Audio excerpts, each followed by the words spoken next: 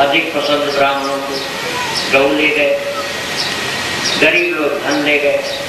बालकों ने कहा बाबा हमको न धन चाहिए न गौ चाहिए, हमको तो बढ़िया बढ़िया कपड़े पहना दो, क्योंकि हमारा सखा जन्म लिया है, हम उसके साथ खेलेंगे तो उसके जोड़ के हिसाब से हमारे कपड़े भी चमकीले सुंदर होने चाहिए। एक बालक ने कहा बाबा हमको हमारे घर तो कपड़े भी बहुत है, तो तुझे क्या चाहिए? उसने कहा मेरी शादी करा दो। बाबा ने कहा तू इतना छोटा सा तो है, शादी क्या अभी करेगा? अरे बाबा कोई बात नहीं, अच्छा बाद में करा देना, जिसकी जो मन में आ रहा है वो बाबा लुटा दे। ये दान पुण्य उत्सव की चर्चा फैलते फैलते पहुंच गई मथुरा। और जब राजा कंस ने सुना कि गोकुल में नंद जी इतना धन लुटा रहे हैं किंतु वार्षिक टैक्स नहीं जमा किया, तो बहुत नाराज हुआ। उसने बहुत से अपने दूतों को भेजा, कहा कि तुरंत पिछले साल का टैक्स और इस साल का भी लेते आओ। और वे सब दूत आए हैं गोकुल में। उन्होंने आकर के नंद जी से कहा ये दान इतना कर रहे हो, राजा का टैक्स नहीं जमा किया, टैक्स लाओ। बड़े दुखी हो गए हुए कि सब तो लुटा दिया गया, होगा ही नहीं कुछ खजाने में। वित्त मंत्री को बुलाया, पता करो कोषाध्यक्ष से कि कोष में कुछ है, खजाने में कुछ बचा है कि सब खत्म हो गया। भाई आगे चलिए। कोषाध्यक्ष जी बहुत बुजुर्ग, सफेद दाढ़ी बाल, अंदर गए कोष के और आकर के खजाने से जब निकल रहे हैं तो बहुत प्रसन्न, और उन्होंने कहा कि महाराज आपके यहाँ नौकरी करते करते मैं बूढ़ा हो गया, लेकिन मैंने खजाने को इतना भरा पूरा कभी नहीं देखा। आपने कितना दान लुटाया? 5 दिन से दान लुटा रहे हैं, 5 दिन हो गए लाला के जन्म में, 5 दिन से दान लुटा रहे हैं और महाराज खजाना आपका एकदम भरा हुआ। राजा कंस ने जितना मांगा है उसका 1.5 गुना 2 गुना आप दे, चिंता मत करिए। उन्होंने कहा दूतों से कि आप जितना कहते हो उसका 2 गुना ले लो। कंस के दूतों ने कहा नहीं महाराज, हमको आदेश है कि आपको साथ में चलना पड़ेगा, आप साथ में चलिए। नंद जी ने कहा भाई मुझको चलना पड़ेगा। अपने कुछ ग्वाल प्रहरियों को बुला करके कहा बालकों तुम लोग डंडा लेकर के यहाँ द्वार पर खड़े रहना जब तक मैं मथुरा से वापस ना आऊं।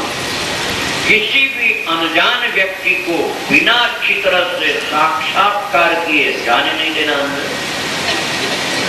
ठीक तरह से इंटरव्यू लेना, कहाँ से आए हो, क्या काम है, कहाँ जा रहे हो, नाम क्या है, गांव क्या है, पिता का नाम क्या है, हस्ताक्षर करवाओ, सारी जांच पड़ताल करके तब अंदर घुसने देना। नंद बाबा कंस के दूतों के साथ पर्याप्त मात्रा में धन लेकर के मथुरा की ओर प्रस्थान किए।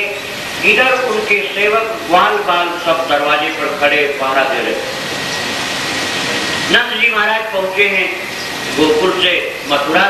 मथुरा में वसुदेव जी उनसे मिलने आए। देखो समाज में कैसे एक दूसरे से बात करनी चाहिए, कैसे मिलना चाहिए, ये भी हमारे धर्म ग्रंथ बतलाते हैं। श्री वसुदेव जी महाराज के 6 बच्चे मर चुके हैं। नंद बाबा का तो कोई बालक पैदा ही नहीं हुआ था।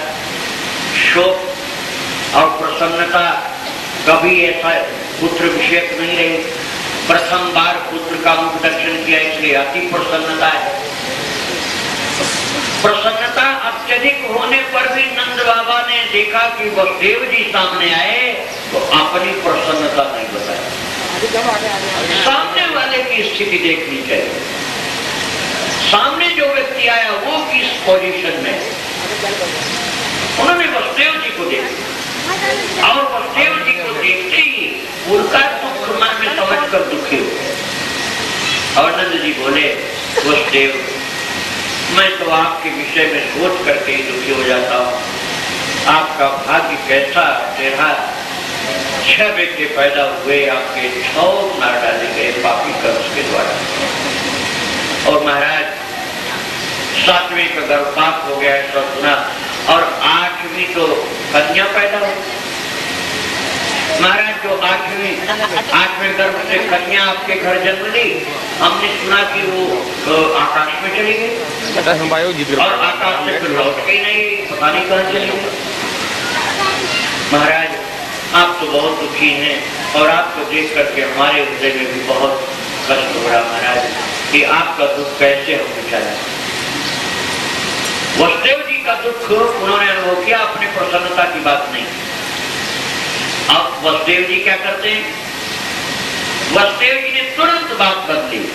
उन्होंने कहा महाराज ये तो सब प्रारब्ध का भोग है, ये छोड़िए, ये तो सुख दुख आता जाता रहता है। हम तो बहुत प्रसन्न हैं कि बुढ़ापे में आपको पुत्र मिला। वसुदेव जी ने कहा हमको बड़ी प्रसन्नता है, आप हमारे मित्र हैं ना नंद बाबा, आप हमारे मित्र हैं। मेरे मित्र को वृद्धावस्था में संतान प्राप्त हुई, इतना सुंदर पुत्र मिला, हमने सुना है, बहुत अच्छा बालक है।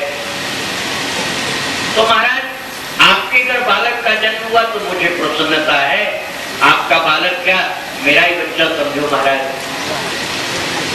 नंद बाबा बोले हाँ हाँ क्यों नहीं, वो आप ही का है महाराज, आपका आशीर्वाद है, आपका स्नेह है, मेरे बच्चे के प्रति इतना स्नेह है महाराज। नहीं सच्चाई की बात तो मुख से निकल ही गई।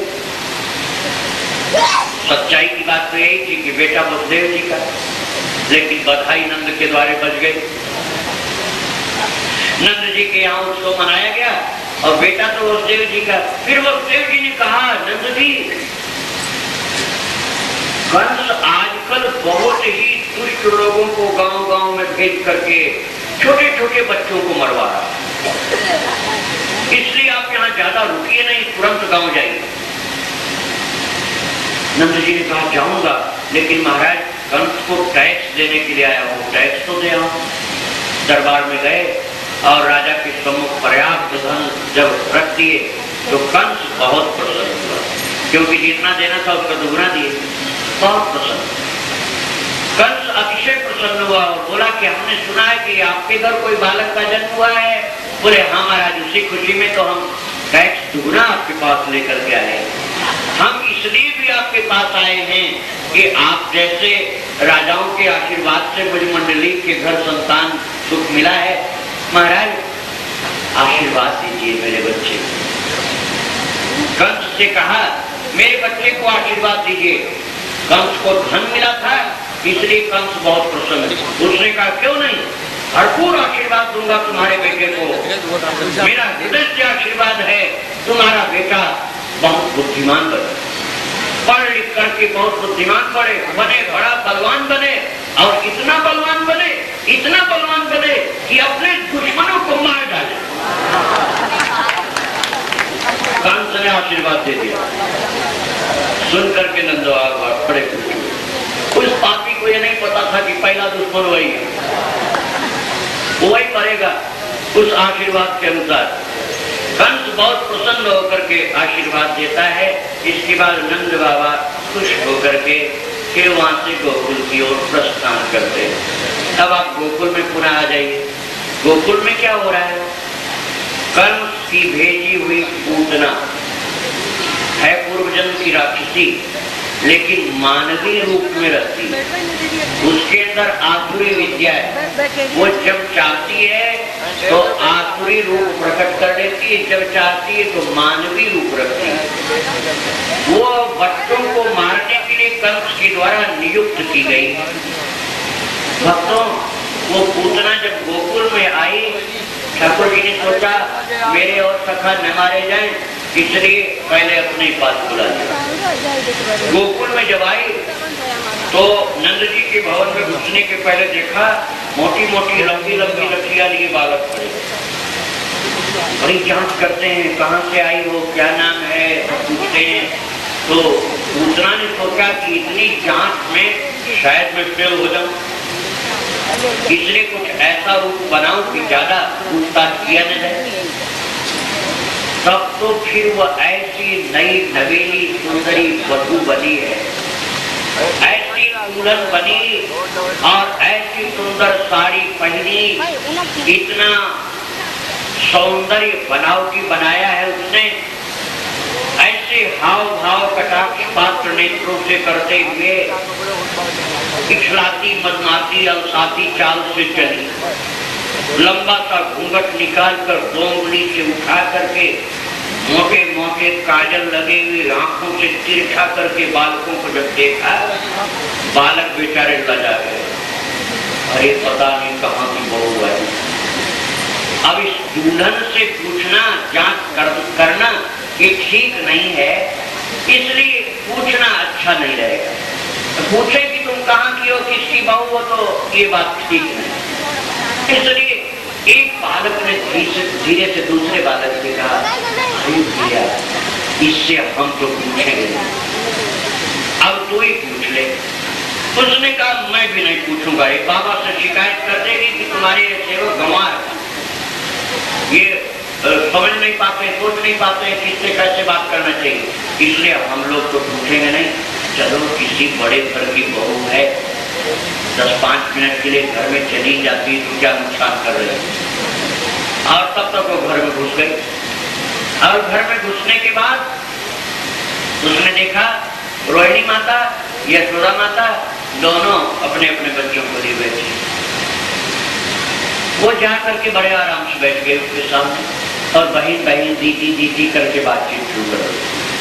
तो दोनों सोचने लगे आपस में कि मेरी ऐसी नई नवेली फैशनेबल कोई बहन तो है। दूसरी ने सोचा मेरी भी कोई ऐसी अप टू डेट बहन लगता है ये उसकी हो। उसने सोचा उसकी हो। थोड़ी देर बातचीत करने के बाद फिर यशोदा ने हिम्मत जुटाया। यशोदा ने कहा बहन मैं आपको पहचान नहीं पाई, आप कहाँ से आई हो, कौन है आप? उसने कहा आपने मुझको नहीं पहचाना? अरे मैं मथुरा की चतुर्वेदी की बहू हूँ, मैंने इतना तपस्या किया है, इतनी तपस्या मैंने की है कि मेरे आंचल का दूध एक बार कोई बच्चा पी ले अमर हो जाता है। देखो नन्हा सा बच्चा, बुढ़ापे में पहली बार तुमको बच्चा मिला है, कुछ तुमको ज्ञान नहीं है, कब से भूख प्यास से परेशान है, पोस्ट चूस रहा है अपना, दूध तक नहीं पिलाने का तुमको क्या रहता, लो लो लो लाओ मैं अपना दूध पिला कह करके लपक करके उसने भगवान कृष्ण को गोदी में ले लिया। अब भगवान नेत्र बंद कर लिए। नेत्र क्यों बंद कर लिए जी? भगवान सोचने लगे इसके ऐसे कौन से पुण्य है कि मैं इसका दूध पीऊं, इसके कौन से ऐसे पुण्य है कि मैं इसका दूध पीऊं। सुखदेव जी से परीक्षित ने पूछा गुरुदेव माता यशोदा का कौन सा पुण्य था जो भगवान दूध पीते हैं? जन्म तो उनका हुआ वसुदेव जी के घर और दूध पीने के लिए यशोदा के घर चले आए, माता यशोदा का कौन सा पुण्य था? बोले परीक्षित पहले वही सुन लो। द्रोण और धरा नाम के तपस्वी दंपति एक वन में रहते थे। एक दिन धरा तपस्विनी अकेली बैठी थी कुटिया में, द्रोण जी दूर कहीं तप करने गए थे। वहीं पर एक नवयुवक ब्राह्मण अतिथि आया, उसके साथ उसके वृद्ध माता पिता भी थे। उस नवयुवक अतिथि ब्राह्मण ने धरा तपस्विनी को प्रणाम करके कहा देवी हम लोग पैदल चल रहे हैं, थक गए हैं, ज्यादा आगे जा नहीं पाएंगे और दूर गांव है, इसलिए इच्छा हो रही कि आज यही हम विश्राम करें, हमारे लिए कुछ भोजन का प्रबंध करो। धरा तपस्विनी सोचने लगे कि मेरे कुटिया में कुछ है नहीं, अब मैं क्या खिलाऊं? श्री राधे राधे बातचीत नहीं करिए, श्री राधे बातचीत नहीं करिए, पीछे बैठने वाले ज्यादा सावधान रहे। आगे बैठने वाले तो फिर भी देखते हैं कि हम बोलेंगे तो कोई देख लेगा, पीछे वाले सोचते हैं अब कोई नहीं सुन रहा। श्रीराज तो धरा तपस्वी ने सोचा कि द्रोण जी तो कहीं दूर गए तप करने वाले, तपस्या में इतना मन उनका लगता है कि कितनी दूर चले जाते हैं उनको कुछ पता नहीं चलता है। अब वो तो जल्दी मिलने नहीं, और मैं भोजन का प्रबंध कहां से करूं। उसको याद आया एक वैश्य का घर और उसकी दुकान कहीं कुछ दूरी पर थी, तो उस दुकान पर धरा जाती। धरा तपस्वी ने जा करके वहां पर पहुंच करके उस वैश्य पुत्र से कहा, मेरे घर कुछ अतिथि आए हैं, आप कुछ उनके भोजन के लिए राशन दे देंगे, भिक्षा। तो वो जो वैश्य था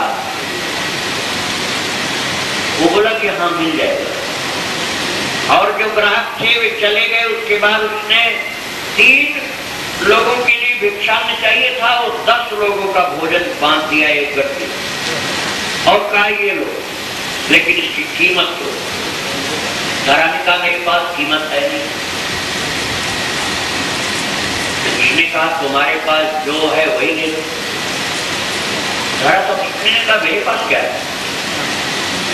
तो उस व्यक्ति ने उस तपस्विनी माता के स्तनों की ओर उंगली उठा के दिखाया कि तुम्हारे पास ये तो है। अब ये माता सोचने लगी कि ये शरीर हाड़ मांस का है, और ये हाड़ मांस का शरीर एक दिन मरेगा, जलने पर राख बन जाएगा, गाड़ दिया जाए तो कीड़ा बन जाएगा, कीड़े मकोड़े, और कोई जानवर खा ले जाए तो विष्ठा बन जाएगा। इस शरीर के द्वारा हमारे घर जो अतिथि देव आए हैं उनकी सेवा हो जाए तो सबसे बड़ा उपयोग। और ये वैश्य मांग क्या रहा है? मांस के 2 पिंड ही तो मांग रहा है। ये मांस के पिंड किस काम आएंगे? भगवत सेवा में, अतिथि सेवा में, देव सेवा में लग जाए, ये सबसे अच्छा है। ये विचार करके उसने कहा, हे वैश्य पुत्र, तुम्हारे पास कोई छुरी है? कहा छुरी तो है। वो समझ नहीं पाया कि छुरी क्यों मांग रही है। उसने छुरी दी और छुरी तीव्र धार वाली चाकू को लेकर के उस तपस्विनी, युवती तपस्विनी धरा ने अपने सीने के वस्त्रों को हटा करके अपने दोनों स्तनों को काट कर दिया और कटरी को सिर पर लेकर भगी है कुटिया। भक्तों, दोनों पनारे चल रहे हैं खून के छाती से। तीव्र गति से फव्वारे जब रक्त के निकलने लगे, कुटिया तक पहुंच नहीं पाई बेचारी, रास्ते में मूर्छित हो गई क्योंकि अत्यधिक रक्त निकल गया शरीर का। और जहां वो बेहोश होकर गिर गई, कुछ देर में उसको होश आया तो देखती है कि नवयुवक अतिथि वहीं बैठा है, अपनी गोदी में उसका सिर रखा है और भीगे हुए रुमाल से उसका मुंह पोंछ करके और उसके शरीर को स्वस्थ करने का प्रयास कर रहा है। नेत्र खुलने पर धरा तपस्विनी ने कहा, हे अतिथि, मुझे क्षमा करना, मैं तुम्हारी सेवा करने लायक नहीं। जो कुछ मैं अन्न लाई हूँ वो इसी गठरी में रखी हुई है, ले जाओ और कृपा करके भोजन बना लो और तीनों लोग ग्रहण कर लो। मैं अब भोजन बनाने लायक स्थिति में नहीं हूँ, मैं बहुत घायल हूँ और अब मेरी मृत्यु का समय निकल है। बोलते बोलते फिर मूर्छित हो गए, बेहोश हो गए। फिर उस नवयुवक अतिथि ने जल का छींटा डाल करके होश मिलाया और होश मिलाने के बाद कहा, आपने मेरे लिए दोनों स्तन कटवा दिए। बोलते बोलते अत्यंत ही करुणा उसके हृदय में उत्पन्न हुई अतिथि के, और उस अतिथि ने अपने हाथ के द्वारा छू करके उस तपस्विनी के दोनों स्तनों के घाव को ठीक कर दिया। घाव ठीक होते ही वो चौंक पड़ी। उसने कहा, युवक, आप कौन हैं? ये दैवी शक्ति किसी मनुष्य में नहीं हो सकती। आप अपना ठीक से परिचय दीजिए। वो तपस्वी जो नवयुवक अतिथि बैठा वो और उसके अगल बगल में जो उसके बूढ़े माता पिता बैठे थे, वे तीनों के रूप में सहसा परिवर्तन हुआ। और धरा तपस्वी ने देखा युवक तपस्वी की जगह साक्षात चतुर्भुज नारायण और माता पिता की जगह शंकर भगवान और दुर्गा माता बैठी।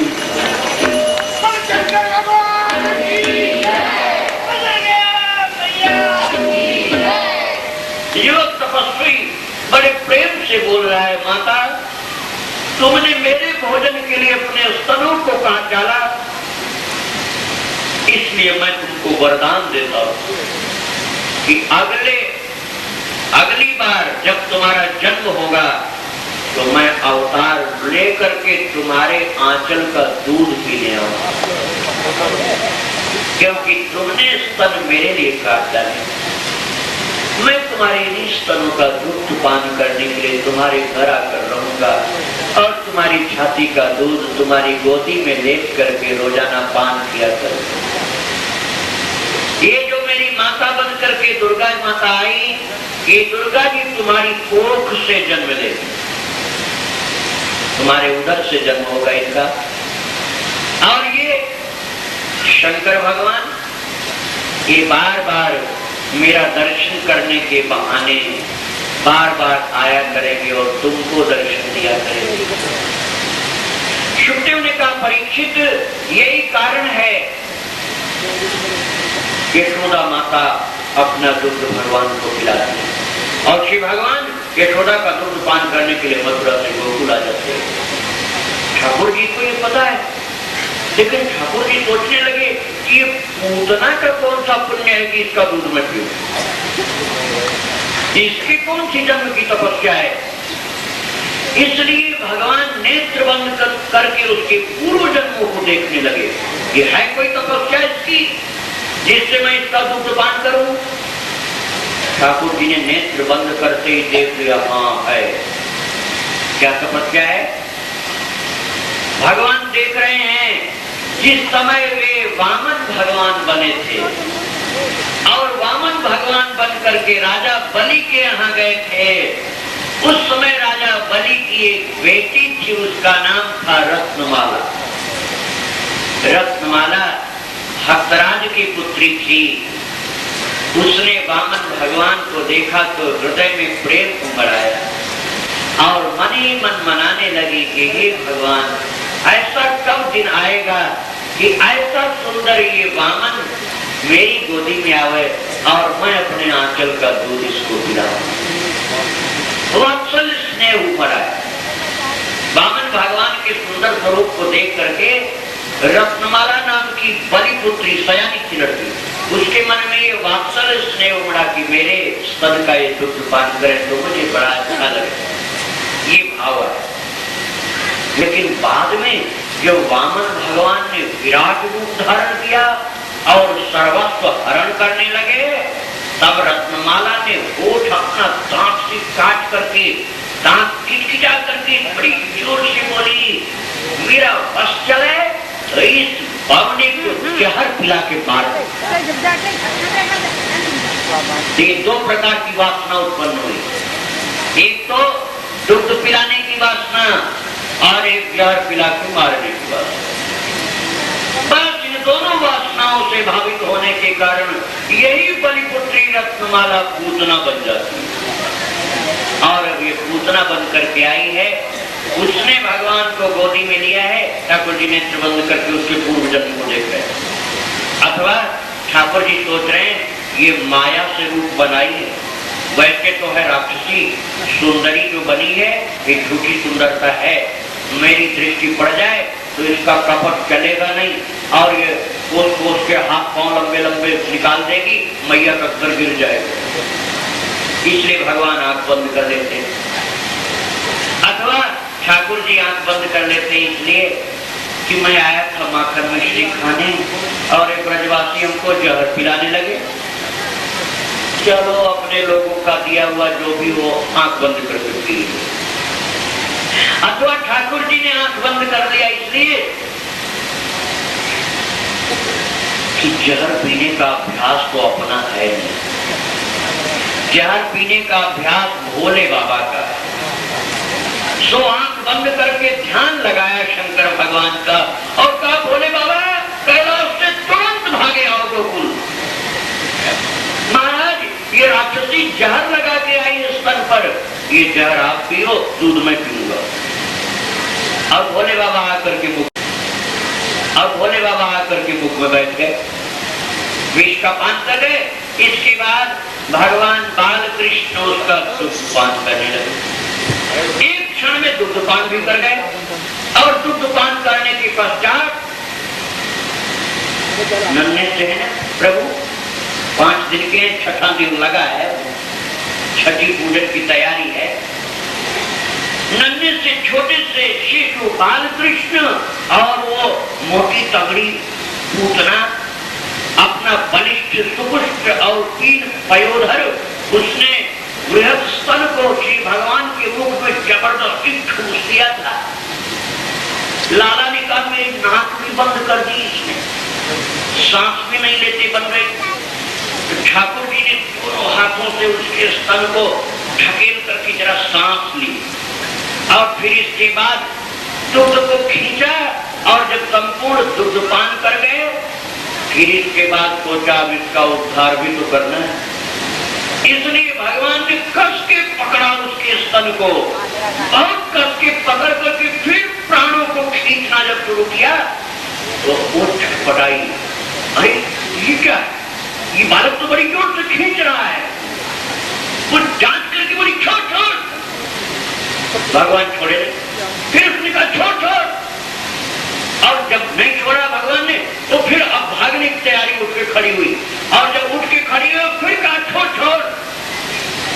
भगवान उसके हृदय में सटे हुए ना, भगवान ने धीरे से कहा मौसी मैं किसी को जल्दी पकड़ता नहीं, और यदि मैंने पकड़ लिया किसी को तो बैकुंठ पहुंचाए बिना उसको छोड़ता नहीं, इसलिए मैं तुझको छोड़ने वाला नहीं हूँ।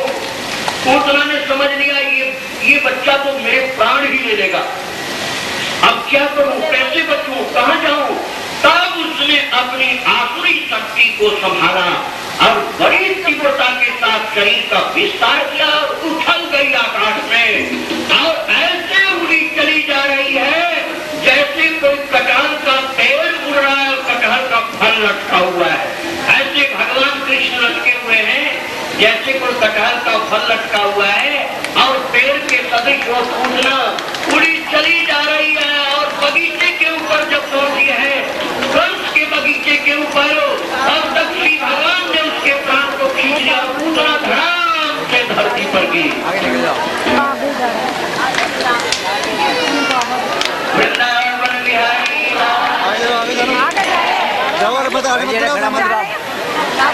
राधे राधे गोविंद गोविंद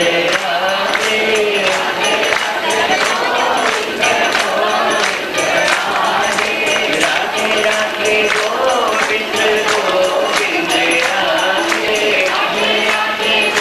बस कर दिया, सारा बगीचा तोड़ डाला उसने। और पूतना माताओं ख्याल से सुनो, नहीं तो कथा का रस नहीं मिलेगा न रहे। तो वो पूतना जो गिरी बगीचे के ऊपर, सारा बगीचा उसने खत्म कर दिया। कंस की दूतिका कंस के बगीचे को समाप्त कर दिया। अब इधर गोकुल गांव के लोग, बालक, बूढ़े और माताएं सब लोग चिल्लाते चीखते दौड़े, अरे ये कौन थी, अरे ये राक्षसी थी, बच्चे को कहाँ ले गई। सब लोग लठिया लेने बैठे दो, माताएं चीख चिल्ला करके कोई गिर रही, कोई मूर्छित हो रही हैं और बालक दौड़ते दौड़ते भागते भागते चले जा रहे हैं। पूतना गिरी हुई दिखलाई। पूतना जब पहले आई थी तो सुंदर सी थी, अब सुंदरी नहीं है, अब गिरने पर कैसी हो गई, 20 किलोमीटर लंबी पहाड़ी जैसी हो, 20 किलोमीटर लंबी पहाड़ी। पेट उसका ऐसा लगता था जैसे कोई तालाब, उसकी जांघें साक्षात पहाड़ी जैसी, बहुत भयंकर उनके स्तन अत्यंत बलिष्ठ और पुष्ट। आप कथा को ऐसे श्रवण करिए ना जैसे आप घटना को देख रहे हो, तो आनंद प्रत्यक्ष मिलेगा। उतना बहुत लंबी सी पड़ी हुई है, बगीचे को ध्वस्त किए हुए, और किनारे किनारे कुछ कुछ पेड़ खड़े। तो बालक गांव से निकलते दौड़ते चिल्लाते भागते लठिया लिए दौड़े चले आए, और वो सब आए जब, तो उन्होंने सोचा देखिए बच्चा कहाँ है, लाल जी नन्हा सा बच्चा कहाँ है। अब पेड़ पर चढ़े, पेड़ पर चढ़ करके देखे और वहीं से बोले भैया भैया डर नहीं, लाला है इसकी छाती पर। एक सखा को कहा गांव से दौड़ करके वो 20 डंडे वाली बांस की नसेनी सीढ़ी उठा ले और लगाकर छाती पर चढ़ गए। एक बच्चे ने जाकर के देखा 6 दिन का बच्चा उस मरी हुई पूतना का दूध अब भी पी रहा है। पता नहीं कितना पसंद है दूध इनको। मर गई पूतना तब भी मरी का मुर्दे का दूध पी रहे। अब छुड़ाया बड़ी मुश्किल से, गोदी में लिया और फिर कहा भैया बच्चा ठीक है तू रो नहीं। नीचे उतर के आया। फिर उसके बाद उनकी नजर उतारी गई क्योंकि राक्षसी ने छू दिया है। गोमूत्र से स्नान कराया, गोबर का टीका लगाया और श्री भगवान के लिए थोड़ा पूजा पाठ किया गया। और 20 किलोमीटर लंबा मुर्दा पड़ा हो तो उसके जलाने का काम कोई छोटा मोटा काम तो है। अब तो कोई ऐसा हो जाए तो शायद 150 ठेकेदार ठेका ले तब ये काम हो पाएगा। सारे गांव के लोग लग गए और उसको काट काट करके टुकड़े टुकड़े करके जितने पेड़ गिरे थे सब उसके ऊपर डाल दिए और जला करके उसको भस्म कर दिया, राख कर दिया। और ज्वाला उठ रही थी, उसी समय नंद बाबा आ रहे थे पत्थर। पहले तो समझा कि गांव में आग लग गई, फिर सुगंधी जब आने लगी क्योंकि उसके शरीर से भगवान के स्पर्श के कारण सुगंध आ रही, तो समझा गांव में महात्मा लोग यज्ञ कर रहे, यज्ञ कर खुशबू आ रही। लेकिन जब आए और आकर के सब देखा और समझ में आई बात, तब नंद जी समझ गए कि राक्षसी आई थी कि तो परमात्मा ने मेरे बच्चे को बचा लिया। भक्तों, ये पूतना हमारे आपके जीवन में क्या है? ये पूतना हमारे आपके जीवन में है अविद्या, एक मत के अनुसार। और एक मत के अनुसार ये पूतना साधक के जीवन में है ममता। जैसे पूतना देखने में सुंदरी है, देखने में दुग्ध पिलाती है लेकिन पिलाती है जहर, ऐसे ही संसार की ममता देखने में सुंदर है, नाना रंग के रूप धारण करती है, किंतु इस ममता के जाल के अंदर जहर रहता है। और यमजी का अवतार गोकुल में कृष्ण रूप में हुआ। भोले बाबा ने कहा भुचुंडी दर्शन करने चला, चलो हम लोग चले। अब दोनों लोग आए। आने पर भोले बाबा यद्यपि बनाए तो बेश साधु था, लेकिन वो सांप बिच्छुओं को नहीं छोड़े। सांप बिच्छुओं से ज्यादा प्रेम उनको लपेटे रहे। भुजाओं में 4-6 बिच्छू, दोनों में, गले में सांप। योगी बड़ा सिद्ध है बताया भुचुंडी जी महाराज ने, लेकिन फिर भी मैया ने कह दिया कितने बड़ा सिद्ध हो, हमको ऐसे योगी से कोई मतलब नहीं। कहीं इसके भुजा में से 2 बिच्छू भी आकर में गिर गया और एक भी सांप का बच्चा इसकी पीठ पर से रेंगता हुआ कहीं चला आया घर के अंदर, तो हम लोगों के लिए मुश्किल हो जाएगा घर में रहना। इसलिए इस बाबा को कह दो ये बाहर से वापस चला जाए। बाबा ने कहा मुझे दर्शन करना है तुम्हारे लाला का। नहीं नहीं दर्शन नहीं मिलेगा, जाओ। मना कर दिया और भगा दिया। अब भोले बाबा ने सोचा कि मैं दर्शन करने कैलाश से आया और प्रभु आप दर्शन नहीं दोगे।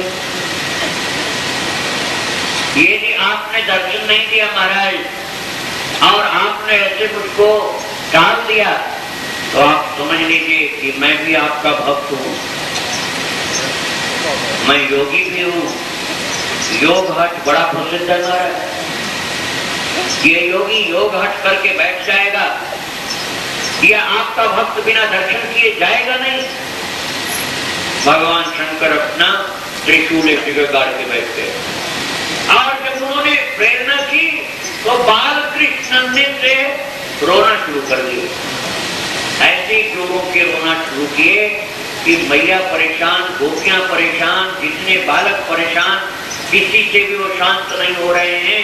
कोई कुछ झाड़ फूक कर रहा है, कोई दूध पिला रहा है, कोई हृदय से लगा रहा है, लेकिन चुप नहीं होते। माता यशोदा ने कहा बच्चे को कोई भारी सोना लग गया, कोई भयंकर नजर लगी। ऐसे नजर को तो कोई कापालिक हो, कोई तांत्रिक हो, कोई सिद्ध महात्मा हो वही उतार सके। देखो बालकों, कहीं कोई सिद्ध महात्मा इस गोकुल में हो तो उससे पूछो। दोनों गुरु और शिष्य चौराहे पर बैठे, वहीं एक पार्क में त्रिशूल गाड़ के ध्यान में लग गए। वहां पहुंचे बालकों ने जाके पूछा, बाबा किसी बच्चे को नजर ज्यादा तीव्र लग गई हो तो उसका उतारा करने आता है? नजर उतारने की विद्या आपको मालूम है? बोले बाबा ने बड़ी गंभीरता से कहा, नजर उतारने की विद्या मालूम है? ऐसे पूछते हो? बच्चों के नजर उतारने के अलावा मेरा दूसरा धंधा ही क्या है? बस मैं यही काम करता हूँ, गांव में जाता हूँ, नजर उतारता हूँ, जो कुछ दक्षिणा मिल जाए उसी से काम चलाता हूँ। अरे बाबा, तो फिर आप चलो। साथ में लेकर के आए और भोले बाबा ने जब बाल कृष्ण का दर्शन किया, दूर से ही देखा है, दूर से देखते जहां नेत्र से नेत्र मिला, शंकर भगवान का नेत्र बाल कृष्ण के नेत्र से ज्यों मिला, बाल कृष्ण का रुदन तुरंत बंद, तुरंत रोना बंद। यशोदा ने कहा महर जोगी बहुत जानकार, इसकी निगाह पड़ते ही रोना बंद हो गया। नंद बाबा ने कहा तू बावरी है, समझती नहीं है, केवल इतनी बात नहीं जितना तू समझ रही, इस योगी को तो देख। देखा योगी के आंखों से आंसू धीरे धीरे गिर रहे, प्रेम की अधिकता के कारण। नंद बाबा ने कहा इसका रोना क्यों बंद हुआ, तू समझ पाई? ये योगी सिद्ध है, इसने इस बच्चे का रोना अपने सिर पर ले लिया। भगवान शंकर तो प्रेम की अधिकता के कारण आंसू पड़ा। नंद बाबा ने कहा बच्चे का जो दुख था वो सारा दुख अपने सिर पर ले लिया योगी ने, इसलिए ये रोना बंद कर दिया और इसका रोना चालू हो गया। बाबा आपने मेरे बच्चे का दुख ले लिया ना, इसलिए तो रोना बंद कर दिया। भगवान बोले बाबा बोले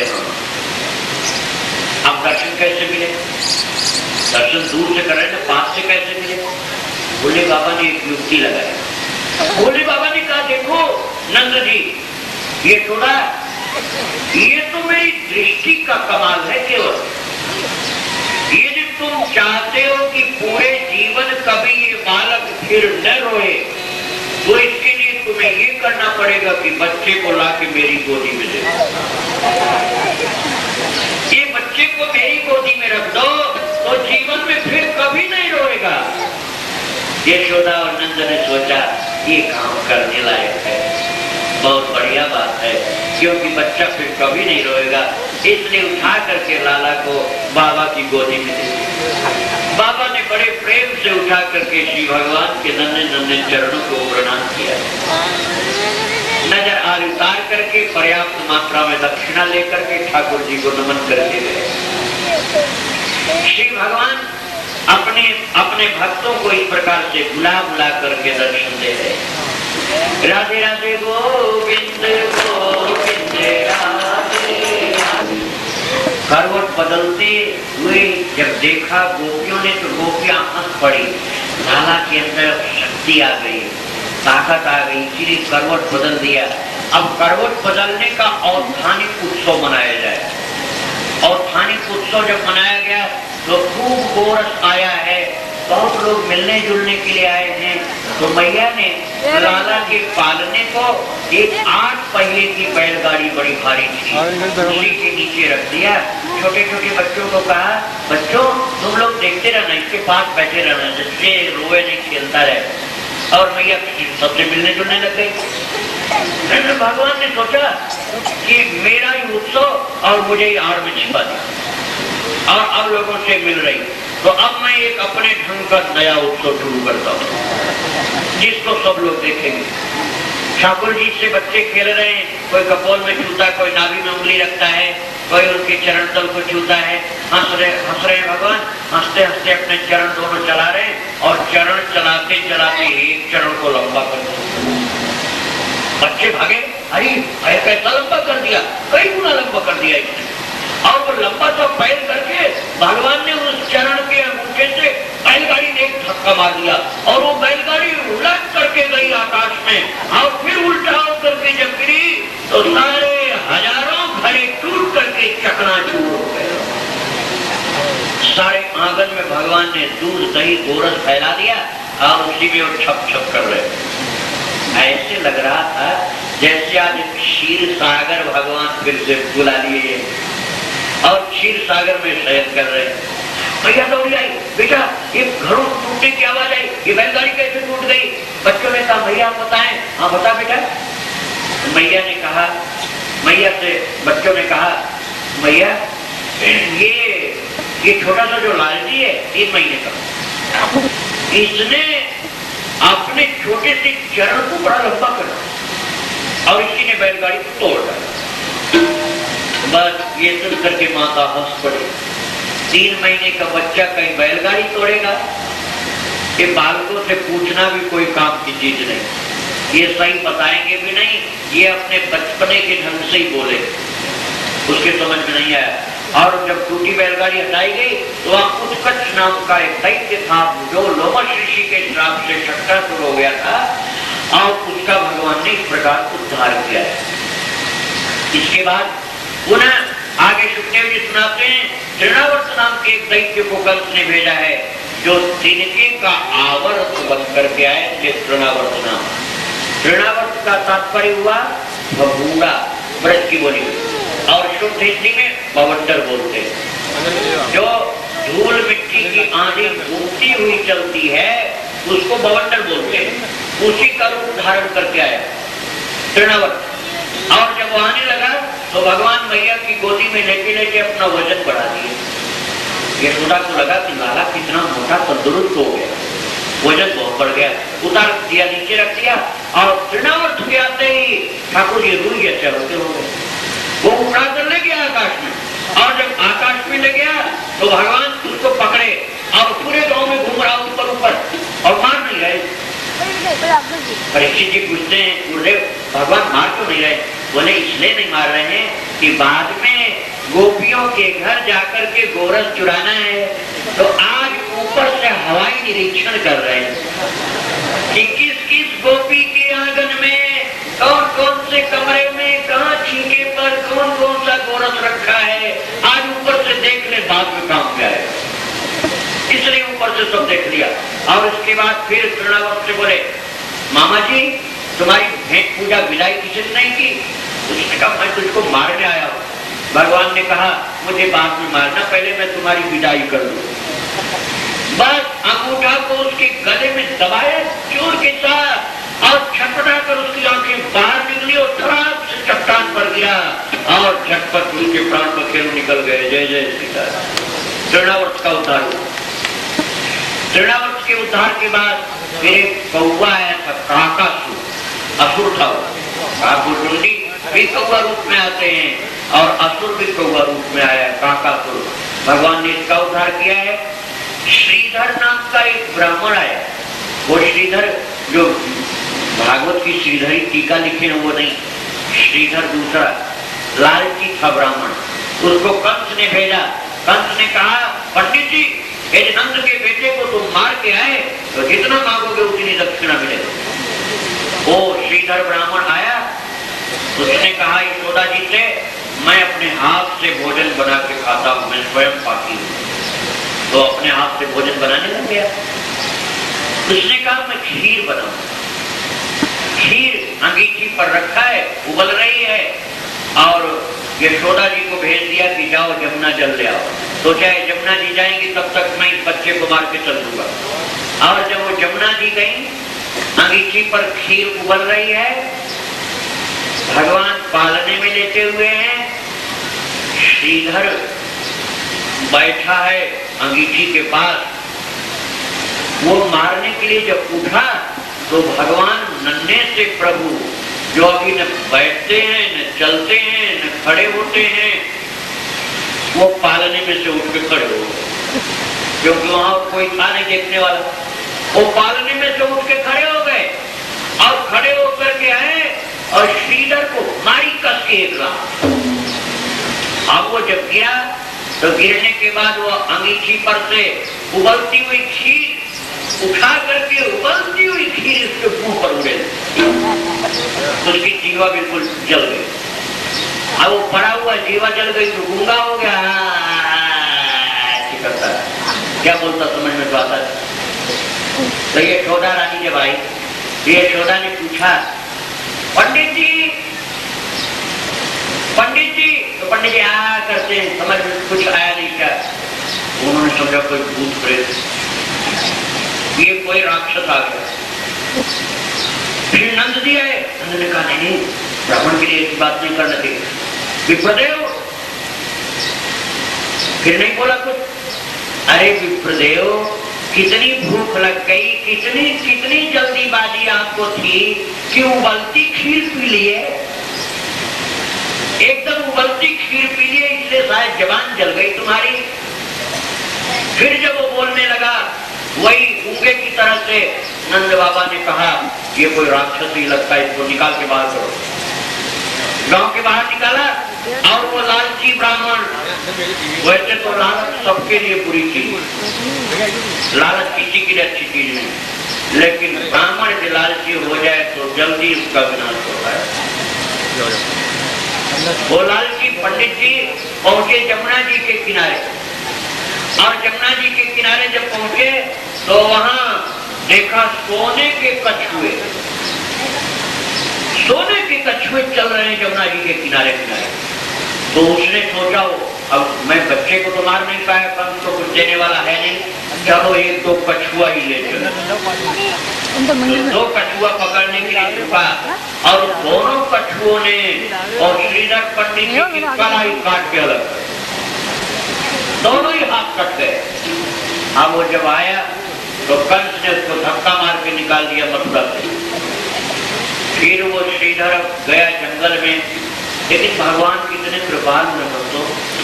अब उसके मस्तिष्क में एक ही दृश्य घूम रहा है, वो नन्हा सा लाला नील वर्ण का सुंदर सा पालने में लेटा हुआ उठ करके आ रहा है, मुझे लात मार रहा है, उबलती खीर मेरे मुंह में डाल रहा है। बस यही दृश्य उसको दिखलाई पड़ता है, और इसी दृश्य का भय के कारण चिंतन करते करते उस ब्राह्मण को मोक्ष प्राप्त हो गया। कैसे भी भगवान का चिंतन करो, जीव का कल्याण हो जाता है। इसके बाद पुनः सुखदेव जी श्री भगवान की छोटी छोटी और लीलाएं बताते हैं, कहते हैं ठाकुर जी अब साल भर के होने वाले हैं। जब साल भर के होने वाले हैं तो गर्ग जी महाराज आए उनका नामकरण करने के लिए। गर्ग जी ने दोनों बालकों को देखा, दोनों माताओं की गोद में, और जो बड़ा बालक है उसका नामकरण करने के लिए बोले कि ये बहुत बलवान है, इसका नाम इसलिए बलवंत है, सुंदर भी है इसलिए बलराम भी नाम है, और एक बार ये यमुना का कर्षण करेगा और एक बार कर्षित होकर के स्थानांतरित हुआ है, इसलिए इसका नाम संकर्षण होगा। बड़े का नाम बता दिया, छोटे का नाम महाराज। और जब बालकृष्ण की ओर गर्ग जी महाराज ने देखा ध्यान से तो गर्ग जी को समाधि लग गई। थोड़ी देर के बाद मंत्री जी ने हिलाया डुलाया, महाराज बोलो तो बच्चे का नाम बताओ महाराज। आप तो आंख बंद करके बैठ गए। बोले बच्चे का नाम क्या बताऊं, मैं तो अपना ही नाम भूल गया, पता नहीं किस दुनिया में पहुंच गया। समाधि लग गई। अरे महाराज अब तो बता दो बच्चे का नाम। बोले एक हो नाम तो बताओगी। क्या कई नाम है महाराज? बोले बहुत। इनके नाम अनेक अनूपा, इनके नाम ये सबके प्राणों के स्वामी हैं, इसलिए इनका नाम वसुदेव वासुदेव। और महाराज एक बार ये वसुदेव जी के भी बेटे इसी जन्म में बन चुके हैं। बात को कैसे घुमाया जिससे रहस्य खुले नहीं। इसी जन्म में ये वसुदेव के भी बेटे बन चुके हैं, इसलिए इनका एक नाम वासुदेव है। नाम तो बहुत हैं। ये साक्षात परमात्मा के सदृश कीर्तिमान होंगे, इसलिए इनका नाम विष्णु भी है। और इनके नाम हजारों हजारों नाम हैं। लीला के अनुसार भी इनके बहुत से नाम हैं।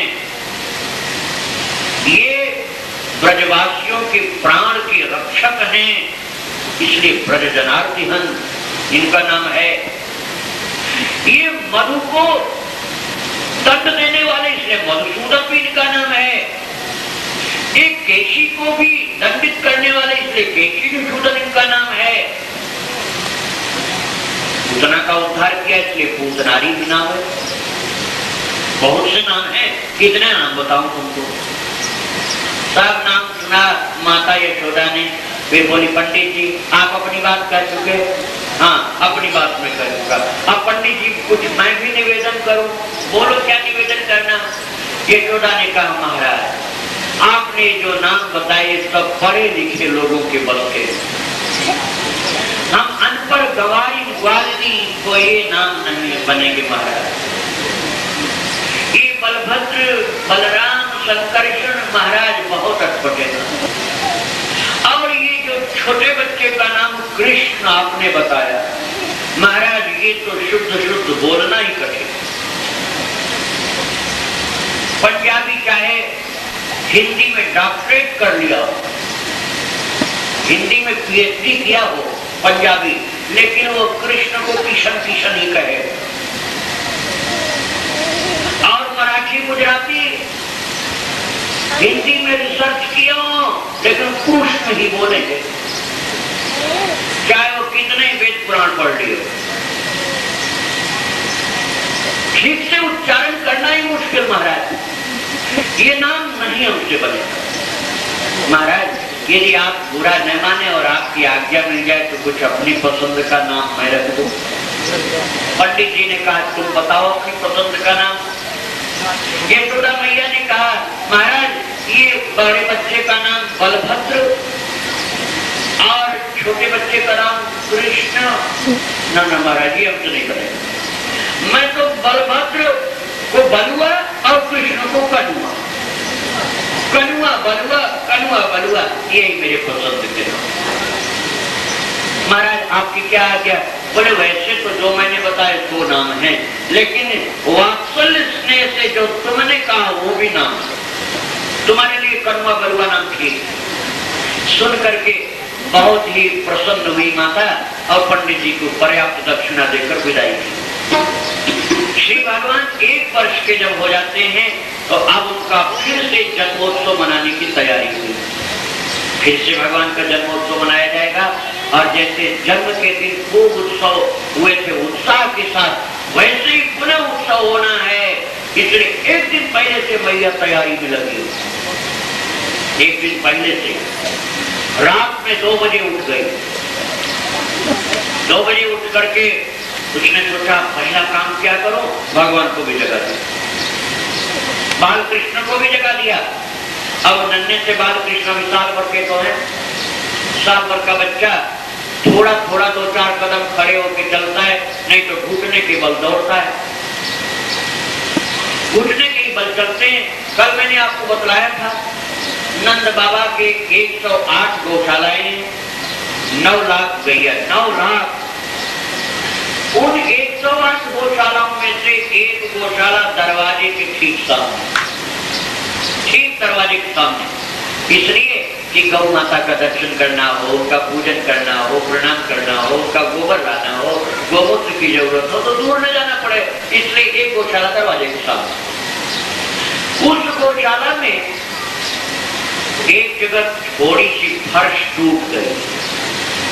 फर्श टूट जाने से वहां जब गऊ का खुर पड़ते तो गऊ के खुर पड़ने से मिट्टी खुद जाती है बार बार, फिर वहां गौ जाती, फिर मिट्टी खुद जाती है, फिर गोमूत्र उसमें कर देती है, फिर कीचड़ हो जाता है, फिर वो सफाई होती है तो फिर मिट्टी खुद जाती है, गड्ढा ज्यादा गहरा हो जाता है। और उसी में गऊ का गोबर रात को रहता है, और वो गौएं जो गोबर करती है वो गोबर हो गया, और जो गोमूत्र त्याग कर दिया वो गोमूत्र हो गया, और फिर गऊ और उनके बछड़े इधर से उधर घूमे रात भर में 150 साल, तो वो गोबर और गोमूत्र मिल करके एकदम गाढ़ा गाढ़ा, बहुत बढ़िया गाढ़ा गाढ़ा गोबर और गोमूत्र मिलकर रबड़ी जैसा तैयार। उसका एक दिन भगवान ने ये देख लिया कैसे मैया के साथ जाकर। अब मैया ने प्रातः सब लोग मिलने आएंगे, लाला का जन्मोत्सव मनाया जाना है, इसलिए भगवान को 2 बजे जगा करके सोने की छोटी छोटी कटोरियों में लाल पीले हरे गुलाबी नीले बसंती सब रंग मिला करके चंदन बनाए और छोटी छोटी सलाई लेकर के भगवान का श्रृंगार किया। लाला गर्दन दाहिनी ओर टेढ़ी कर दे, बाएं कपोल में छोटी छोटी पत्ती बिच्छू ये सब बनाई, फिर लाला बाईं ओर गर्दन टेढ़ी कर दे, अब दाहिनी कपोल में बनाना शुरू किया, फिर लाला सिर को ऊपर उठा, फिर ऊपर उठा लिया, नीचे चुट्टी में बनाया, गर्दन में बनाया, गले में, फिर इसके बाद अच्छा नीचे झुकाने से अब भ्रिकुटी में ललाट पर बनाया, और छोटे छोटे फूल और पत्तियां और बिंदु बना करके मैया ने श्रृंगार किया। 3 घंटे में किया श्रृंगार। माता को श्रृंगार बड़ा पसंद आया। माता श्रृंगार करने के बाद लाल को उठा करके मुख चूम करके हृदय से लगाई, मेरे लाल को कोई नजर न लगा, नजर न लगा। अब क्या करें? तो उन्होंने काजल वाला डिब्बा लिया और डिब्बा उठाकर खोल करके उसमें अंगूठा रगड़ करके और अंगूठे से एक काला टीका माथे जिठौना लगा दिया, जिससे कोई नजर न लगा दे बच्चे को। श्रृंगार बहुत बढ़िया किया, माता को बहुत अच्छा लगा। लेकिन ठाकुर जी ने सोचा यदि मैया को ये श्रृंगार पसंद आ गया और ये बना रहा तो ये रोजाना यही करे, 3 घंटा कसरत कराएगी मुझको, इधर गर्दन कर, ऐसे उठा, ऐसे कर, लेट जा, बैठ जा, तो बहुत परेशान करेगी, इसलिए मैं अपने ढंग का श्रृंगार करूं। ठाकुर जी को बैठा करके एक चौकी पर मैया बोली यही बैठा रहा लाला, मैं जरा जाऊं अंदर श्रृंगार कक्ष में, मैं भी थोड़ा अपना श्रृंगार कर लूं, क्योंकि बहुत सी सहेलियां आएंगी मिलने जुलने के लिए। तो माता स्नान करके वात्सल्य भाव में बिना स्नान किए भगवान को स्नान कराया दिया जाता और सेवा भी कर दी जाती है, और किसी भाव में नहीं चलता। वात्सल्य भाव में ठाकुर जी को बिना स्नान किए भोग लगाना, बिना स्नान किए जगाना, सारी सेवा करना। कर्माबाई की कथा सब लोग यहाँ के लोग जानते हैं। कर्माबाई जब जाकर जगन्नाथपुरी में रहने लग गई और जगन्नाथपुरी में भगवान की सेवा वो करे तो बिना नहाए धोए भगवान उसके भाव में पूर्ण रूप से सिद्ध हो चुके थे। वो आकर के ठाकुर जी सवेरे बोल दे, भैया भूख लगी है, मुझे तेरी खिचड़ी बहुत अच्छी लगती, खिचड़ी बना दे। अब वो बिना नहाए धोए, बिना शौचालय से निवृत्त हुए बना दे। और वो पसंद भगवान को इतनी कि वो वैसे ही बिना नहाए बनाए हुई खिचड़ी को खाने लग जाते और अपने हाथ से खिलाती थी कर्माबाई। आज भी कर्माबाई के नाम पर खिचड़ी का भोग जगन्नाथपुरी में लगता है। आज भी जगन्नाथपुरी में खिचड़ी का भोग लगता है कर्माबाई के नाम। और भगवान कहते हैं कि यदि तुम पुजारी ये बोल दोगे कि ये माता कर्माबाई की खिचड़ी है तो मैं जरूर खा लूंगा, बस केवल नाम लेने से। इतना प्रभु चाहते हैं। एक पंडित जी ने आकर के कर्माबाई को जब देखा कि अरे बिना नहाए धोए भगवान का भोजन बनाने लग गई, बहुत नाराज हुए। अगली है, बिना नहाए धोए भगवान का भोजन बनाती है। पहले नहाया कर, कपड़े ठीक से बढ़िया धुले पहन करके, और फिर सब लकड़ी भी धो लिया कर, जमीन धोकर लकड़ी भी धो करके, और जितने अनाज है सब धो लिया कर, बहुत सफाई से भोजन बनाया कर। महाराज वो इस काम में जब लगी तो दोपहर हो गया, भोजन अभी बना नहीं, और ठाकुर जी इतनी देर में 5 बार जग गए। भैया खिचड़ी नहीं बनाई, खिचड़ी नहीं बनाई। दोपहर हो गया, दोपहर के बाद खिचड़ी बनी। बस भगवान ने उस पंडित जी को स्वप्न में दर्शन देकर खूब डांटा।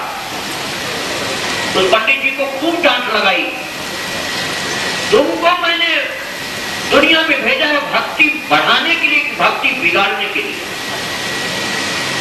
पंडित जी ने कहा प्रभु क्या गलती हुई? सरल शुद्ध हृदय भक्ति वात्सल्य से भरी हुई कर्मा, उसको तुमने आचार विचार के बंधनों में जकड़ करके मेरे भक्ति से दूर कर दिया। महाराज आचार विचार को खराब कीजिए, नहीं आचार विचार खराब चीज तो नहीं है, लेकिन आचार विचार इसीलिए किया जाता है जिससे भक्ति का धन मिले, और जिसको भक्ति मिली हुई है अब उसको तुम फिर से वापस लाकर आचार विचार का अभ्यास करा रहे हो। सुबह जाके उसको बोलो कि कर्माबाई तू जैसे करती थी वैसे भगवान की सेवा किया करो। पंडित जी सवेरे सवेरे भागते आए और आके बोले कर्माबाई मुझे माफ कर, तो जैसे भोजन बनाती थी बिना नहाए वैसे बनाया। भगवान बिना नहाए तेरा भोजन स्वीकार करना चाहते, बिना स्नान किए वो भोजन बनाने लगी। ठाकुर जी प्रतिदिन स्वीकार करते हैं। संसार का कौन प्राणी है जो इतना रिश्ते का निर्वाह करेगा जितना ठाकुर जी करते हैं? कोई नहीं कर सकता है। कर्माबाई ने शरीर छोड़ा तो सीधा भगवत धाम गई है। इतने पर भी उसकी कुटिया में रात में एक बालक रोता था। प्रतिदिन ठाकुर जी जगन्नाथ भगवान बालक की तरह आकर रोते थे, भैया अब मुझे खिचड़ी कौन खिलाएगा, अब मुझे खिचड़ी कौन खिलाएगा। 1 महीना रोए। जगन्नाथपुरी के राजा को स्वप्न दिया, मुझे कर्माबाई की जगह खिचड़ी कौन खिलाएगा। राजा ने कहा प्रभु मैं खिलाऊंगा। भगवान ने कहा तुम्हारे पास कर्माबाई की भक्ति तो नहीं है। महाराज मैं भक्ति तो नहीं, अब मैं क्या करूं। भगवान ने तब ये उपाय बताया कि जब खिचड़ी का भोग लगाना तो ये बोल देना कि प्रभु आपकी माता है कर्माबाई की खिचड़ी है। इतना कहने से मैं भोग को स्वीकार कर लूंगा, और कर्माबाई के नाम से खिचड़ी का भोग बहुत आदमी लगता है। ठाकुर जी नहाने धोने को, यदि नहाना धोना जरूरी है, लेकिन यदि कोई प्रेम में बिल्कुल सराबोर है तो उसके लिए सारे बंधन शिथिल पड़ जाते हैं। माता यशोदा बिना स्नान किए भगवान को स्नान भी करा दी, श्रृंगार भी कर दी, और उसके बाद स्नान करने गई। अब वो स्नान कर रही, स्नान करके फिर अपना श्रृंगार कर रही, और ठाकुर जी क्या कर रहे हैं? ठाकुर जी जहाँ चौकी पर बैठे थे वहां से उतरे नीचे और घुटने के बल भगे, और निकल करके दरवाजे के सामने वाली गौशाला में घुसे, और गौशाला में घुस करके वो जो गड्ढा बन गया था ना गौओं के खुरों से, जो खुद करके, और जिसमें गोबर और गौमूत्र मिल करके बढ़िया मिश्रण तैयार हो गया, गीला गीला। बस वहीं पहुंचे हैं और गौ माता देखते ही भगवान की ओर मुख करके और ठाकुर जी को प्रणाम। ठाकुर जी ने गौ माता को प्रणाम किया, और इसके बाद श्री भगवान उसी गड्ढे में घुस गए, गोबर गोमूत्र वाले गड्ढे में, और घुस करके अच्छी तरह से डुबकी लगाई, खूब डुबकी लगाई, सारा श्रृंगार मटिया मेट कर दिया, और गोबर गोमूत्र से एकदम नहा करके निकले कीचड़ से लथपथ, और घुटने के बल भागते चले आ रहे हैं महल में। तो उनके घुटने से 2 लकीरें काली काली कीचड़ की खींची चली आ रही। अब माता श्रृंगार करके जब निकली अपने कक्ष से और द्वार की ओर देखी, द्वार की ओर देख करके, अभी तो सबया हुआ नहीं था, अंधेरा था, तो माता चौंक पड़ी कि कौन सा जानवर घुसा आ रहा। उसने सोचा कोई कुत्ता है क्या, पास में गई, अरे कुत्ता तो नहीं, ये कौन, अरे ये तो मेरा लाला है। कनुआ तू कहां गया था? भगवान ने कहा भैया मैं नहाने गया था। अब जाकर के देखा कीचड़ से लगा। अब मैया यशोदा ने सोचा अब इसको नहला धुला के फिर से श्रृंगार कराऊं। मैया ने बड़ी सावधानी के साथ दोनों हाथों को लंबा करके और तब बाल कृष्ण को उठाया और जानती जा रही, देख चंचल नटखट इतना कीचड़ लपेट रखा है, काला कलू कैसा हो गया, वैसे ही पहले से भी काला था और काला हो गया। देख तो तू बिल्कुल शांत रहा, अब अपना हाथ पांव हिलाना नहीं, मेरी साड़ी गंदी नहीं करना। और तब तक दोनों पांवों को भगवान ने ऊपर करके हटा दिया था, खूब अच्छी तरह से साड़ी को एकदम कीचड़ से लथपथ कर दिया। अब मैया जलाई और वो जा करके फिर से भगवान को नहला धुला करके जल्दी जल्दी फिर कपड़े पहनाए। अब कपड़े पहना के जो बचा पूजा चंदन था थोड़ा थोड़ा कटोरियों में ले लेकर फिर से जल्दी जल्दी जल्दी जल्दी जल्दी जल्दी श्रृंगार किया। अब 3 घंटे नहीं किया, अब आधा घंटा में ही कर दिया पूरा। अब तो बस केवल नाममात्र का कर ही दिया है, पसंद का थोड़े किया है। सोची कि अब लोग आएंगे और बच्चे का श्रृंगार ना हो तो ठीक नहीं लगेगा, इसलिए चलो जो कुछ भी थोड़ा सा कर ही दो। श्रृंगार कुछ कर दिया, उसके बाद बोली तूने मेरी साड़ी को गंदी कर दिया, अब मैं साड़ी बदलने जा रही हूँ, फिर से नहाना पड़ेगा, अब तो कहीं जाना नहीं, बिल्कुल ही चुपचाप बैठा रहा। वो चली गई अपना श्रृंगार करने। ठाकुर जी ने सोचा ये भी नहीं रखना, जितना इसने किया ये भी नहीं रखूंगा। और फिर से भगवान चले उसी गौशाला में। फिर जाकर जब गौशाला में घुसे और उसी गड्ढे में पहुंच करके फिर से अच्छी तरह से लोट लगा दिया उसको। और निकल के फिर जब आने लगे तो मैया बाहर निकली, उसने देख लिया, अरे ये फिर से कीचड़ में लौट के आया। अब तो गुस्सा आ गया, पकड़ा है हाथ, ये दृश्य जरा हृदय में लाओ, झांकी कैसी बढ़िया। पंकाभिषिक्त सकला वयवं विलोक्य दामोदरं वदति क्रोधवशाय यशोदा।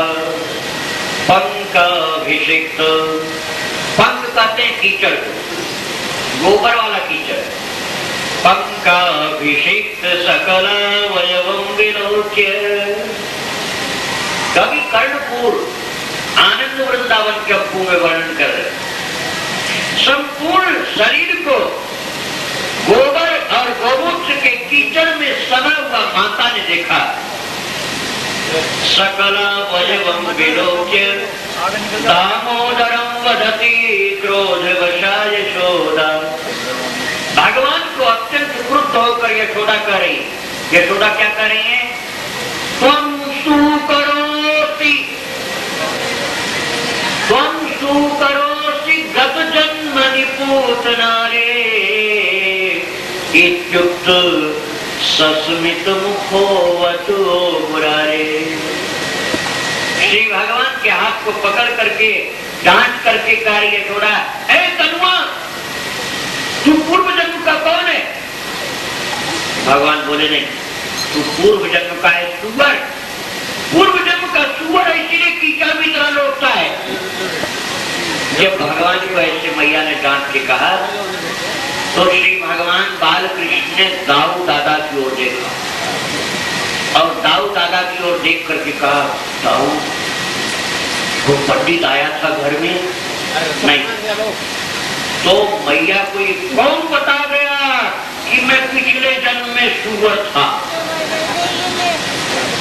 क्योंकि धरती का उद्धार करने के लिए 12 अवतार तो मैंने लिया था।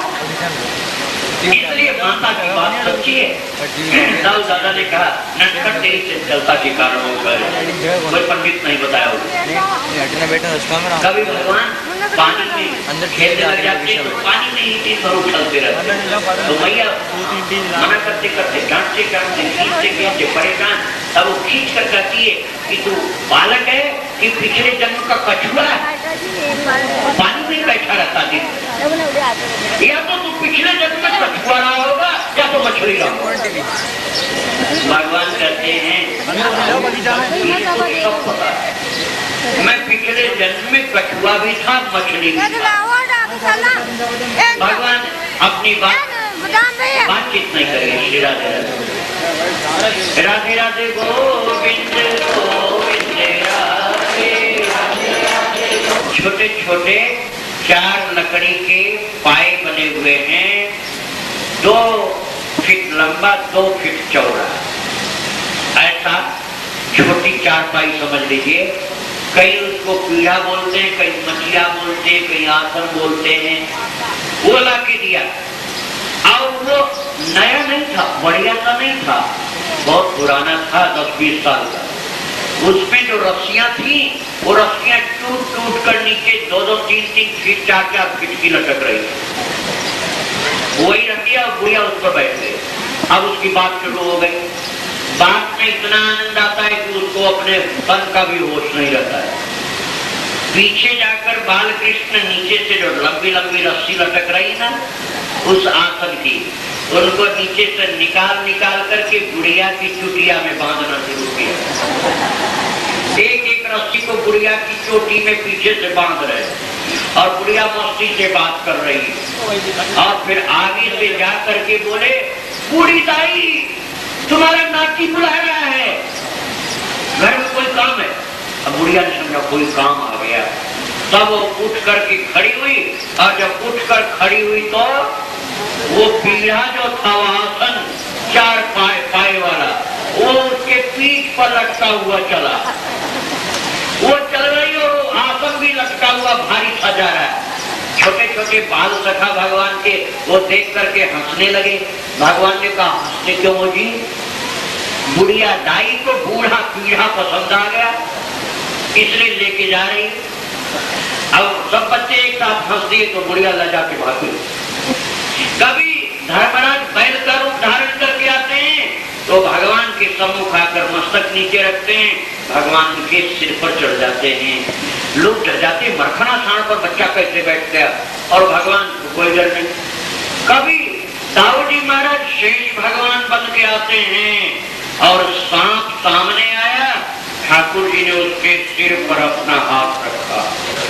मैया ने देखा, अरे अरे सांप आया, अरे क्या कर रहा करुआ, इसके फर पर हाथ रखा है। तब तक वो सांप लंबा हो गया और ठाकुर जी उसी पर लेट गए। अब सब डर गए कि सांप के ऊपर लेट गया, और फिर भगवान हंस पड़े और सांप भाग गए। भगवान संकेत कर रहे हैं, मैं तो शांताकारं भुजग शयनम हूँ ही, आप लोग पहचानते क्यों नहीं हो? ठाकुर जी के लिए तो कोई परेशानी नहीं। अरे उसको हाथ से छूने को क्या, भगवान तो आगे उसके फण पर नाचेंगे, सांप के फण पर भी नाचेंगे, क्योंकि वे हैं ही शांताकारक भुजग से। और कहीं हमारे आपके घर की 4 पाई पर एक छोटा सा बच्चा आ जाए और उठा दे फण और 2 बार फुटकार मार दे, और फिर इसके बाद उतर करके 4 पाई पर से चला जाए घर के बाहर, और फिर आप बिस्तर पर लेटने जाओ तो शायद उस सांप के चले जाने के बाद भी पूरी रात शांताकारम आप नहीं रह पाओगे। बड़ी अशांति हो जाएगी कि कहीं फिर से ना आ रहा हो। और भगवान तो उसके ऊपर बैठ जाए, लेट जाए, कुछ भी करें, उसके लिए तो कोई डर नहीं। तो श्री भगवान छोटी छोटी लीलाएं करके बच्चों को आनंद दे रहे। कभी काकुचुंडी जी आ जाते हैं। काकुचुंडी जी कहते हैं, प्रभु मैं वही काकुचुंडी हूँ, कृपा करिए थोड़ा सा जूठन दीजिए। राम रूप में आप खूब जूठन गिराते हैं, मैं खाता हूँ। भगवान ने कहा नहीं मिलेगा। काकुचुंडी ने कहा नहीं मिलेगा, मिलेगा। तो कहते नहीं मिलेगा। कुटुंबी ने कहा नहीं मिलेगा तो मैं जबरदस्ती लूंगा। भगवान माखन और रोटी लेकर के आंगन में बैठे हुए खा रहे बड़े और काटकुंडी में काम करके संकेत कर रहे, दे दो महाराज थोड़ा सा, वो नहीं देते। तो शिवरा भी दर्शन करो, पूरी भरे अतिशोभत श्याम जो तैसी बनी सिर सुंदर चोटी, खेल सिखात फिर आगना पग पैजनिया अरु फिरी कछोटी, छवि को रस खाने बिलोकत वारत काम कला निधि कोटि, काग के भाग को का कहिए हरि हाथ सो लई गयो माखन रोटी। श्री भगवान के हाथ से माखन रोटी छीन करके काग ले जाते हैं। कभी ये लीला प्रभु करते हैं, कभी मैया कहती है मैं दीपदान करने जा रही हूँ, लाला देखना कनुआ को आने नहीं देना, और जाकर मैया दीपक जला जला के धारा में छोड़ती है, भगवान पहुंच जाते। वहां लपक कर आगे छोटे से 1.5 वर्ष के भगवान श्याम सुंदर, और वो जा करके दीपक निकाल के बाहर रख लेते हैं। कई दीपक रखे तो बच्चे हंसने लग गए, यशोदा दौड़ी हुई है, अरे कनुआ तू यहाँ आ गया जमुना किनारे, कैसे आ गया, ये क्या कर रहा, दीपक ले रहा हूं। देख करके मैया कहती दीपक ये क्या करेगा, क्या सब दीपक तुझको चाहिए, नहीं सब नहीं चाहिए, तो कौन सा दीपक चाहिए तुझको। तो भगवान कहते भैया सभी दीपकों से मेरा कोई मतलब नहीं, जो दीपक इस तीव्र धारा में बहते हुए भी मेरी ओर आने की कोशिश कर रहे थे, मैंने केवल उन्हीं दीपकों को पकड़कर अपने पास रख दिया, जिससे फिर कभी इनको बहाना न पड़े। अर्थात संसार की तीव्र अज्ञान मोह की धारा में बहने वाले प्राणी भी यदि श्री भगवान की ओर आने की कोशिश करने लग जाते हैं तो श्री भगवान आगे लपक कर उनको पकड़ कर निज चरणों में विश्राम देते हैं। श्री भक्तों के साथ श्री भगवान ऐसी जो लीला कर रहे हैं, उन लीलाओं का दर्शन नारद जी भी करते हैं। भगवान की लीला को देख देख करके नारद जी प्रसन्न हो रहे हैं। कई जन्म के भक्त भगवान के पास उनका दर्शन करने आए। अब आप थोड़ा पीछे चलिए, कहां, रामलीला, फिर मैं आपको यहां ले आऊंगा। त्रेता युग में भगवान श्री राम जब लंका से वापस अयोध्या जा रहे थे, श्रृंगेरी जहां भक्तराज केवट रहते थे वहां आए। केवट की मां सुनी कि प्रभु आए हैं, 14 वर्ष का वनवास पूरा करके जल्दी जल्दी घर में भोजन बनाने में लगी, और फिर भागी दौड़ी आई गंगा किनारे। राम जी से बोली, बेटा राम, मेरा बेटा तुम्हारा मित्र है, इसलिए तुम मेरे भी बेटे हो। राम जी ने कहा हाँ हाँ, यदि आपका बेटा मेरा मित्र है तो मेरे मित्र की माँ हो तो मेरी भी माँ हो। क्या कहना आपको? केवट की माँ ने कहा, बेटा राम, तुमने 14 वर्ष कड़वे कसैले फल खाए हैं, मेरी इच्छा हो रही है कि आज मेरे हाथ का बनाया हुआ भोजन प्रसाद पाओ। राम जी ने कहा, माँ मेरे सम्मुख बड़ी मुश्किल है, क्योंकि सूर्यास्त होने वाला, यदि सूर्यास्त होने के पहले मैं अयोध्या जी नहीं पहुंचा, बीते अवधि जाऊं जाऊं जियत न पाऊंगी, तो श्री भरत जी जीवित नहीं मिले। इसलिए हे मां मुझे अब जाने दो। रो पड़ी केवट की मां कि मेरे प्रेम के दिए हुए भोग को प्रभु आप नहीं स्वीकार करोगे। राघव ने कहा, माता तुम्हारे प्रेम के भोग को अस्वीकार तो मैं कैसे कर सकता हूँ, लेकिन भरत के प्राण की रक्षा करने हेतु मुझे जाना पड़ रहा है। मैं तुम्हें वचन देता हूँ, आगे जब भी मौका आएगा मैं तुम्हारे हाथ का दिया प्रसाद पाऊंगा। राम जी चले गए। बुढ़िया केवट की माँ ने प्रारब्धानुसार थोड़े दिन के बाद शरीर का त्याग कर दिया, और फिर वही अब द्वापरांत में आकर के गोकुल में एक फल वाली के घर जन्म ली है और उसका नाम हुआ सुखिया मालिन। उस सुखिया मालिन को पूर्व जन्म की याद है, इसलिए वो ये भी जानती है कि मेरे वही राम जी अब कृष्ण रूप में जन्म लिए हैं। फल बेचने के लिए टोकरी में फल लेकर चलती है, तो कभी बोलती फल ले लो, अमरूद ले लो, नाशपाती ले लो, संतरा ले लो, सेब ले लो, और कभी बोलती है फल ले लो, संतरा ले लो, लालजी ले लो, गोपाल ले लो, गोविंद ले लो, कृष्ण ले लो, श्याम सुंदर ले लो। लोग कहते अरे पगड़ी हो गई, ये क्या बोल रही, फल बेच रही कि गोपाल को बेच रही? अरे याद नहीं रहा, भगवान के नाम में मस्त है ना, ध्यान ठाकुर जी का मुख से क्या निकल रहा उसको पता ही नहीं। यदि कोई देखे नहीं तो वो नंद जी के भवन की 108 परिक्रमा करती है, कोई देख ले तो 2-4 परिक्रमा करके प्रणाम करके चली जाती है। द्वार पर आकर हाथ जोड़ के खड़ी होती है, प्रभु क्या आप भी नहीं स्वीकार करोगे? एक दिन उसके हृदय में प्रेम विशेष उमड़ा, आंखों से आंसू की धारा बह रही थी, पुकार पुकार के जा रही थी, गोपाल क्या तुम नहीं मुझे जानते हो? जब मैं तुमको जानती हूँ तो तुम क्या मुझे नहीं जानते हो? और द्वार पर क्यों पहुंची है?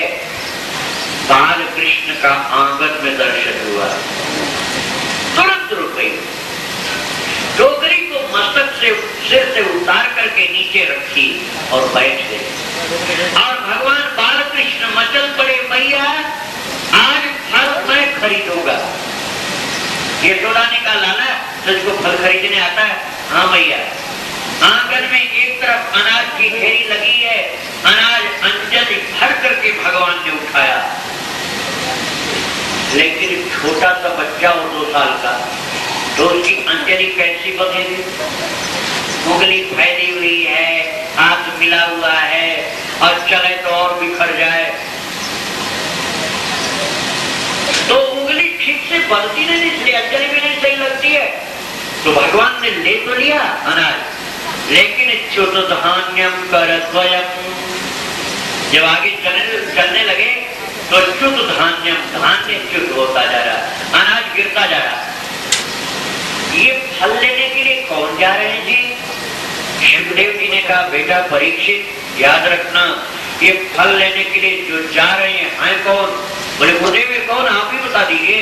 बोले ययौ सर्व फल प्रदः, जो सबको फल देने वाले, अर्थात तपस्या का फल देने वाले, भजन का फल देने वाले, दान का फल देने वाले, पुण्य का फल देने वाले, सत्कर्म का फल देने वाले, यज्ञ का फल देने वाले, हवन का फल देने वाले, कथा का फल देने वाले, ध्यान का फल देने वाले, सबकी साधनाओं का फल देने वाले आज फल लेने जा रहे हैं। सर्व फल प्रद, सबको फल देने वाले फल लेने जा रहे हैं।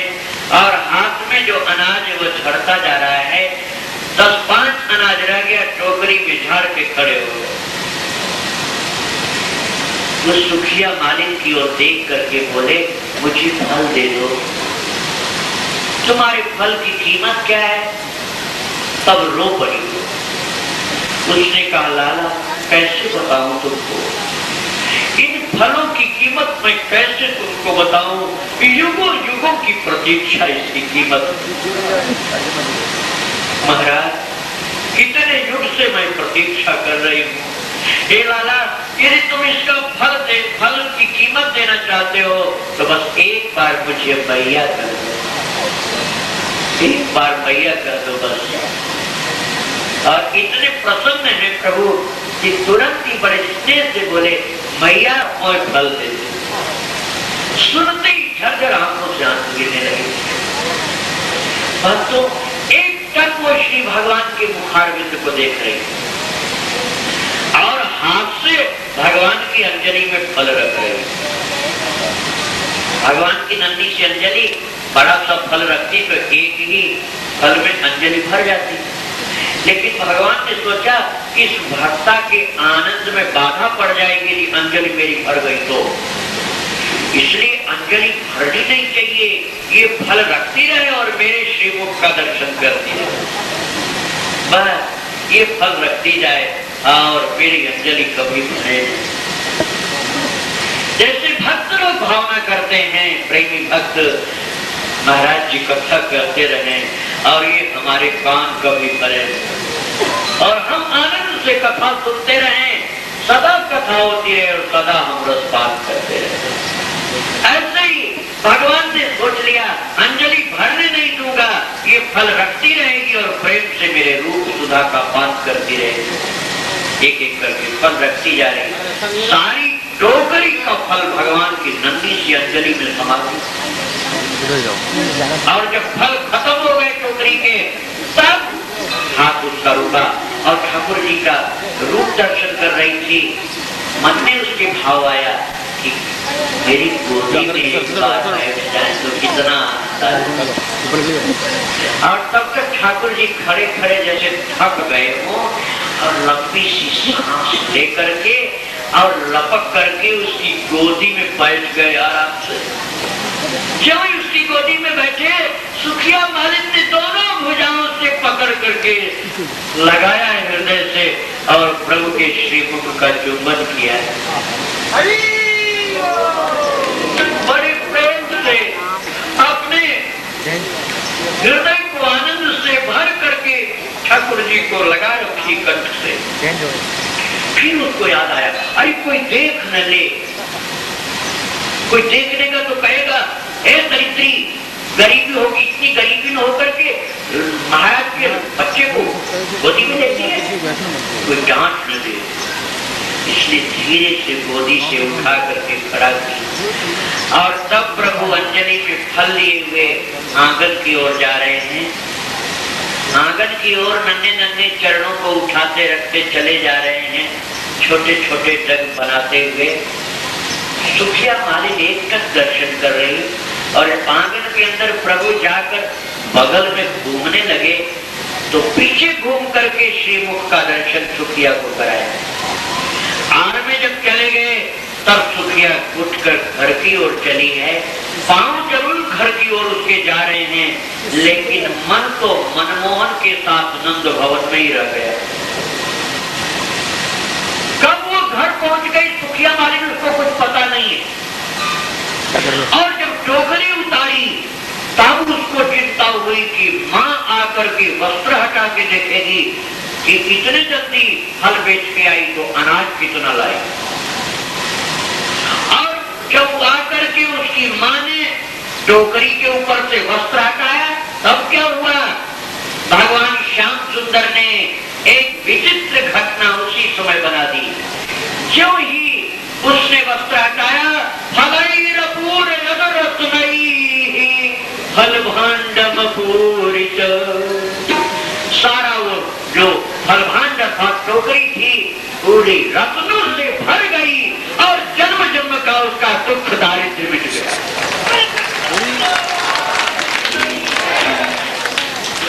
भक्तों, श्री भगवान देते सब कुछ है, लेकिन कब देते हैं पता नहीं चलता है। आपको नहीं देते हैं क्या? आपको भी देते हैं, लेकिन जब देते हैं तब आप नहीं देख पाते हो। फैलाया जिसने हाथ तेरे दर पे है मालिक, फैलाया जिसने हाथ तेरे दर पे है मालिक, तुझे देते नहीं देखा मगर झोली भरी देखा। तुझे देते नहीं देखा मगर झोली भरी देखा। जिसने ठाकुर जी के यहाँ आकर हाथ फैलाया, भगवान कब दे देते हैं, कब झोली उसकी भर देते हैं, कुछ पता नहीं चलता है।